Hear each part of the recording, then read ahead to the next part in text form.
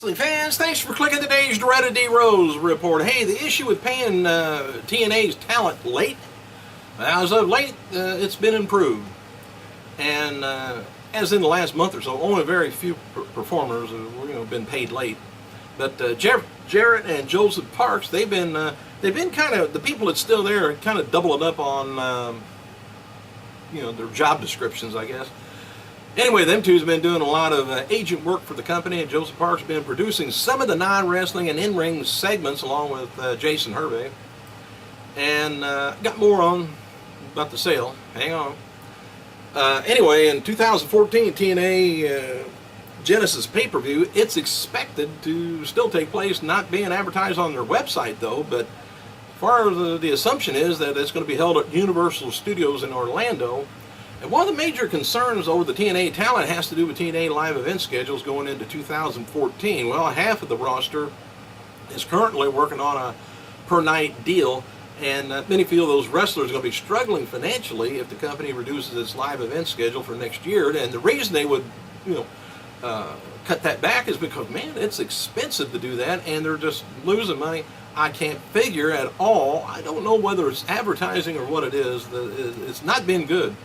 When they only get maybe 200, 300, 400 people at an event like that, it's just not feasible to do. And yeah, it's going to hurt the wrestlers' wallets, but hopefully there's independent events that they can still go to and make some money. But boy, it's unfortunate. Anyway, that issue it was not addressed at last Thursday's talent meeting in Salt Lake City. All right, here's a little of the inside information on the sale thing.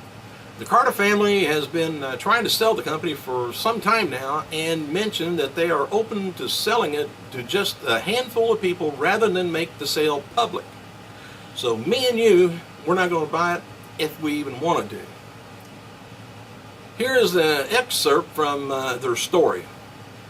The Carter family, it says, is open to receiving offers for TNA for several months now, and there's a select number of business people on the inside to whom this has been made clear to. You have to have the understanding that it's not like a company that's going to be listed on eBay. And they're not whoring out the company where a guy down the street can have it either.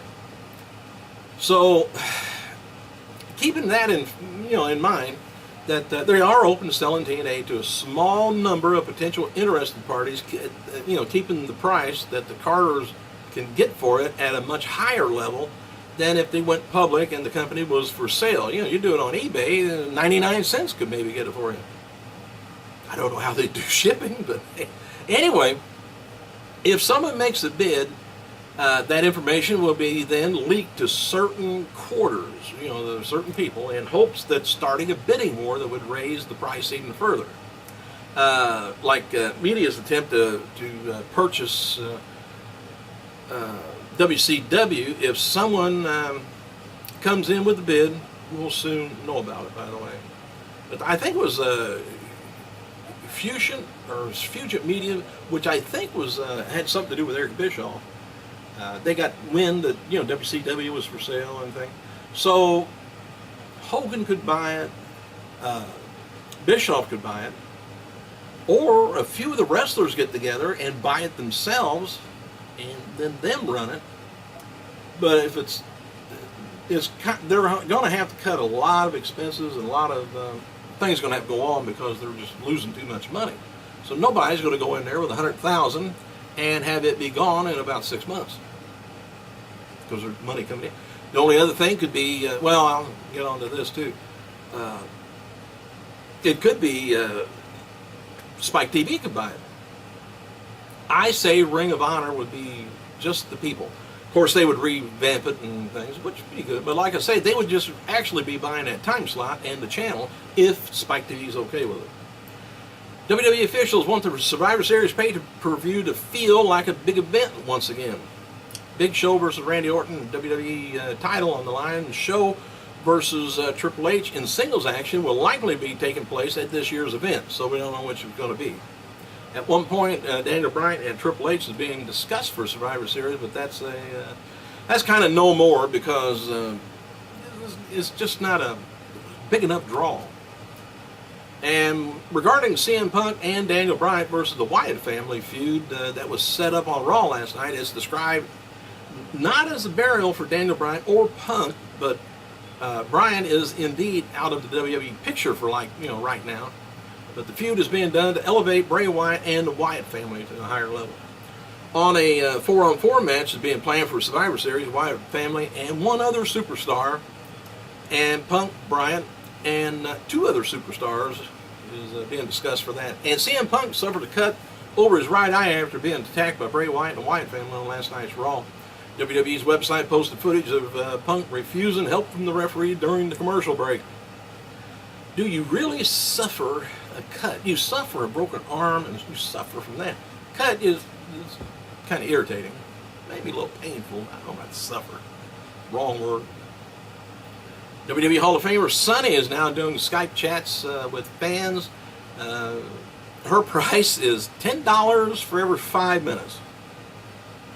I don't know if I can last 5 minutes talking to her. But anyway, fans can send money to NJ Sunny 1972. I don't know if that's her birth date or what, at gmail.com, and she'll schedule a call regarding Sunny's cancer fund on GoFundMe.com. She has currently raised $2,030 out of $10,000, so she's still working on it.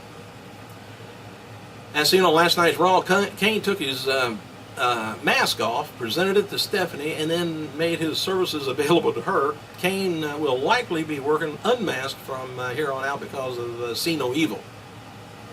Got it? So, I don't know whether he says, here's your big red monster, and that's it. So now she's got a mask to run around with, and he's not going to help her, or he is going to help her, but be bald-headed. All right, four-way tag match. WWE Tag Team Champions Cody Rhodes, Goldust versus Seth Rollins, and Reigns versus Jack Swagger, and Antonio Cesaro versus one other team is booked for Survivor Series. Several students at from the Team 3D Wrestling Academy received tryouts or were used as extras at last night's Raw in Orlando. Jim Ross tweeted about last night's Raw the segment between Bryan and Michaels. He says, great segment, Michaels and Daniel Bryan. Now let the speculation begin that HBK will have one more match. Ross says, believe it when I see it. All right, Damien Sandow has been missing the weekend WWE live events because he's leaving for Paris, France. On Friday, Sandow will be there to promote the WWE 2K14 video game. Big E Langston tweeted about failing to capture the gold with 2 title shots after last night's DQ win over Dean Ambrose. He says, the number of different ways I can be screwed out of a title shot is rapidly growing. And he's rapidly growing too. You seen that? All right. Kane tweeted Stephanie McMahon after last night's Raw. He says, it's what's best for business at Stephanie McMahon Raw. Shawn Michaels received a lot of boos from the crowd. No, not that kind of boos. Well, it wouldn't be bad. Anyway, BOOS from the crowd at Raw last night when the referees helped him to the back after he got the yes lock from Daniel Bryan. Happy birthday to WWE RF Hall of Famer Paul Orndorff, 64 years old. I thank you. I gotta go.